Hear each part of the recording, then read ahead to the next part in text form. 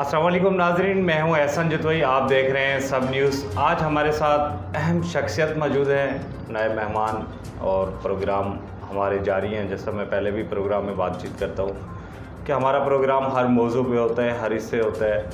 और आज हमारे साथ जो शख्सियत हैं वो कराची की एक अहम शख्सियत है, सईद अहमद बेग, जो पाक अमन वेलफेयर एसोसिएशन के चेयरमैन भी हैं, सईद स्टेट के CEO भी हैं। तमाम फलाही काम करते रहते हैं, गायबाना भी लोगों की मदद करते रहते हैं। रिसेंटली अभी रमज़ान और मुबारक में 10,000 से ज़्यादा लोगों को राशन फराहम किया है, उनके घरों में जाकर दिया है। तमाम और भी बच्चों की शादी हो या दीगर और मामलात हो तो वो भी ये देखते रहते हैं और अपनी मदद आपके तहत करते हैं। तो आज इनसे हमने टाइम लिया है क्योंकि हमारा प्रोग्राम हर मौजू पे होता है। इसराइल में भी जो मुसलमानों के साथ जुल्म बर्बरियत हो रही है वहाँ, उस हवाले से भी हमने कोशिश की है कि लोगों से बातचीत करें। तो अस्सलाम वालेकुम सर। सईद भाई, बहुत शुक्रिया आज आपने हमें टाइम दिया है। और पहले तो ये बताएं, क्योंकि ईद आप यहाँ ईद पे नहीं थे, हमने रब्ता भी किया था ईद और रमज़ान मुबारक में काफ़ी लोगों की आपने मदद भी की है आपके वेलफेयर ने। तो पहले तो ये बताएं, क्योंकि यहाँ मुसलमान हमेशा कहते हैं कि हम पाकिस्तान में, अक्सर लोग कहे जाते हैं कि वो पाकिस्तान एक आज़ाद मुल्क है, और जितना मैं समझता हूँ कि यहाँ आज़ादी है, किसी मुल्क में नहीं है। आप इसराइल की भी बात कर लें तो आप पाक अमन वेलफेयर के हवाले से बताइएगा, कितना लोगों की आपने बताना तो ये नहीं चाह रहे थे, लेकिन हमने मोटिवेट नहीं किया। हमने कहा कि ये मैसेज दूसरों तक जाए ताकि वो भी लोगों की मदद करें। और ये देख के कहते हैं ना कि वो देखा देखी में सारे काम होते हैं। तो हमने सईद साहब से रिक्वेस्ट की है कि हमें वो चीज़ें, भले वो तस्वीरात नहीं बनाते, लेकिन हमें वो बताएंगे भाई कितने लोगों की और अपनी मदद आपके तहत करते हैं, कितना जो लोग इनके पीछे हैं उम्मीद रखते हैं कि हमारे पास राशन और दीगर चीज़ें जो भी हैं। तो सईद साहब बताइएगा, रमज़ान मुबारक में बड़ा अच्छा आपने नेक काम किया है, क्या मैसेज देंगे, क्या आप कहना चाहेंगे इस हवाले से? बिस्मिल्लाहिर्रहमानिर्रहीम। सबसे पहले तो मैं जुतई साहब का मैं शुक्रिया अदा करता हूँ कि ये हमारे पास आए और हमें इन्होंने टाइम दिया। बात ये है कि रमज़ानों के अंदर मैं अल्लाह से तिजारत करता हूँ कि अल्लाह ताला ये फरमा रहा है कि एक का 70,000 गुना हो जाता है। आम दिनों में एक का 70 होता है और रमज़ान में 1 रुपये का 70। तो ये मैं अल्लाह से कारोबार करता हूँ। और इस दफ़ा तो मैं यकीन करें, मेरे दर से बहुत कम लोग ऐसे होंगे जो बेचारे खाली गए होंगे, बाकी कोई खाली नहीं जाता है। इस पूरे इलाके के अंदर, पूरे इलाके के अलावा भी, जैसे कि औरंगी टाउन हो गया, कुरंगी हो गया, लांडी हो गया, मलिर हो गया, दीगर इलाके जितने भी थे, वहाँ से लोग यहाँ हमारे पास आए हुए थे राशन के हवाले से। तो सबको अल्लाह ताला ने उनको, किसी को मायूस नहीं किया और सबको दिया। उसके अलावा भी इस रमज़ान के बाद ईद से इस टाइम तक तकरीबन 4 ऐसे जो बेचारी बच्चियाँ थीं जिनके ऊपर कोई भी नहीं था, तो उनके लिए मैंने जहेज़ वगैरह का भी इंतज़ाम किया। और आज माशाल्लाह वो कई की शादी हो गई, एक आध की भी रह गई हैं, वो भी इंशाल्लाह उनकी भी 1-2 दिन के अंदर शादी है। तो ये सारा एक सिलसिला अल्लाह ताला चला रहा है। और जो है वो उस रब का मैं जितना शुक्र अदा करूँ वो कम है कि उसने मुझे इस काम के लिए मुंतखब किया और ये काम मैं कर रहा हूँ। अभी मैंने रमज़ानों में भी ये ऐलान किया था कि मैं इंशाल्लाह ईद गुजरने के बाद कोई एक ऐसा यहाँ पर एक खाना घर खोला जाएगा जो गरीबों के लिए फ्री ऑफ कॉस्ट खाना होगा।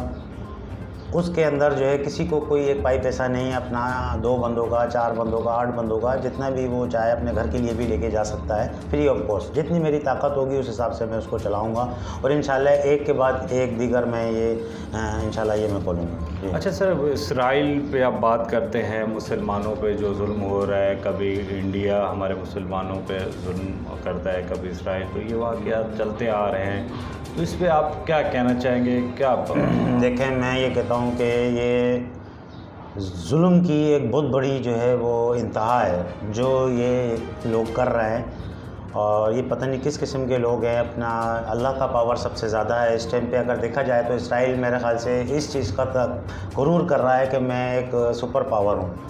बहरहाल मैं ये कहता हूँ कि सबसे बड़ी ताकत मेरे रब की है। जब वो अपने पे आ जाता है तो बड़ी से बड़ी ताकत उसके आगे कोई एक मच्छर के पर के बानिब भी हैसियत नहीं रखती है। इस टाइम पे इसराइल ने जो फ़लस्तीन के मासूम बच्चों को और वहाँ के बेचारे मज़दूर टाइप के गरीब लोग, तलबा, स्टूडेंट, जितने भी लोग थे, किसी को भी नहीं बख्शा उसने।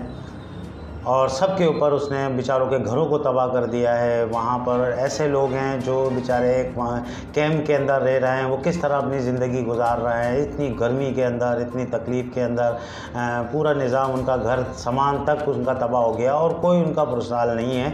मैं ये अल्लाह से दुआ करता हूँ कि अल्लाह ताला इसको जो है वो उन लोगों को सब्र दे और इन लोगों को निस्तो नाबूद कर दे जो जुल्म की एक बहुत बड़े निज़ाम में चले गए हैं, और उनको जो लोग सपोर्ट कर रहे हैं अल्लाह ताला उनको भी तबाह बर्बाद कर दे। और मैं ये कहता हूँ कि तमाम इस्लामी ममालिक हैं, उनको मैं एक रिक्वेस्ट करता हूँ, एक अपील करता हूँ कि खुदारा एक साथ होकर बैठें ताकि ये जो ये लोग कर रहे हैं इनके ख़िलाफ़ खड़े हुए हैं। तुर्की, मैं कहता हूँ कि तुर्की इस टाइम सबसे आगे है, जिसने बिल्कुल ऐलान किया है कि जो है हम इनके ख़िलाफ़ खड़े हो रहे हैं। और उन सब मुसलमान ममालिक के अंदर इस टाइम पे मैं ये कहता हूँ कि और भी दीगर हैं, पर तुर्की इस टाइम पे जो है वो, क्योंकि उसने ये सब चीज़ देखी है, ये वक्त भी गुजारा है। आज अगर उसने एक कामयाब जो रियासत है, ये सब टाइम गुजार के अल्लाह ने आज उसको अपनी एक अच्छी ताकत दी है। इस्लामी मुल्क के अंदर तुर्की का एक नाम है जो खड़ा हो जाता है हर उसके ऊपर जो गलत इस्लाम के ऊपर होता है उसके ऊपर खड़ा हो जाता है। फ्रांस ने जैसे हमारे नबी की शान में गुस्ताखी की, नाउज़ु बिल्लाह, तो उसके ऊपर भी सबसे पहले एक्शन तुर्की ने उठाया था। जी बहुत शुक्रिया सर, आपने इंसानियत का एक दर्द रखते हैं और हमेशा इंसान वही होता है जो इंसानियत से दर्द रखे, हमेशा लोगों की भलाई काम करते रहते हैं और बढ़ चढ़ के हिस्सा भी लेते रहते हैं। तो दोस्तों, ये सईद बेग साहब आज हमारे मेहमान थे जो किसी तारुफ पे मोहताज नहीं है। अल्हम्दुलिल्लाह दुनिया इनके काम से वाकिफ़ है और सरजानी और खुदा की बस्ती में एक बड़ा अच्छा मकाम इन्होंने बनाया हुआ है, लोगों के फलाई काम कर देते हैं अपनी मदद आपके तहत। तो सईद साहब, अगर आप कोई लास्ट अपना चाहने वालों को, देखने वालों को कोई मैसेज देना चाहें तो आप दे सकते हैं, उसके बाद हम प्रोग्राम का। देखिए, मैं बिल्कुल तमाम जो मुझे सुन रहे हैं, देख रहे हैं, मैं उनको पैगाम देता हूँ कि मोहब्बत के अंदर बहुत बड़ी ताकत है। जो शख्स अपने अंदर ये मोहब्बत पैदा कर ले और लोगों के छोटी मोटी गलतियों को दरगुजर करे तो उसकी ज़िंदगी में ये कहता हूँ कि दुनिया में जन्नत हो जाएगी। बिल्कुल ये मैं अपनी ज़िंदगी गुजार रहा हूँ कि लोगों की गलतियों को दरगुजर किया जाए। उनसे अगर कोई आपसे नफ़रत कर रहा है तो उसके बदले में आपने उससे मोहब्बत करनी है। ऐसे ज़िंदगी जो मेरे नबी ने अपनाई, उस ज़िंदगी के अंदर अगर आप आ जाते हो भाईचारा में, मोहब्बत में, अमन में, तो उसके अंदर ये पूरे, मैं कहता हूँ पूरी पाकिस्तान के अंदर ये एक ऐसा अच्छा निज़ाम हो जाएगा और हर कोई एक दूसरे के लिए जो है वो बुरे वक्त पे खड़ा हो जाएगा। अगर हम किसी को, ये दुनिया वो है जो दोगे वो मिलेगा। अगर आप किसी को मोहब्बत दोगे इंशाअल्लाह ताला, इंशाअल्लाह वो मोहब्बत लाजमी देगा। बस ये मेरा पैगाम है सब भाइयों के लिए कि आपस में मोहब्बत दो, किसी को धोखा ना दो। सबसे ज़्यादा धोखे से अल्लाह नाराज़ हो जाता है। तो मैं उनसे यही एक रिक्वेस्ट करूँगा कि धोखा किसी को नहीं दो, हर किसी से मोहब्बत, अमन, भाईचारा, किसी के लिए बुरा नहीं सोचो, तो आपकी ज़िंदगी इंशाअल्लाह दुनिया में जन्नत बन जाएगी। बहुत शुक्रिया सईद भाई, आज आपने हमें टाइम दिया और बहुत बड़ी अच्छी गुफ्तगू रही, बहुत पॉजिटिव चीज़ें थी जो आपने बताई। तो दोस्तों, इंशाल्लाह हमारे साथ जो अहम शख्सियत मौजूद थी उनकी आपने बातें भी सुनी, गुफ्तगू भी सुनी। तो इंशाल्लाह अगले किसी और प्रोग्राम में किसी नए मेहमान के साथ मिलेंगे। आप हमें इजाज़त दीजिए।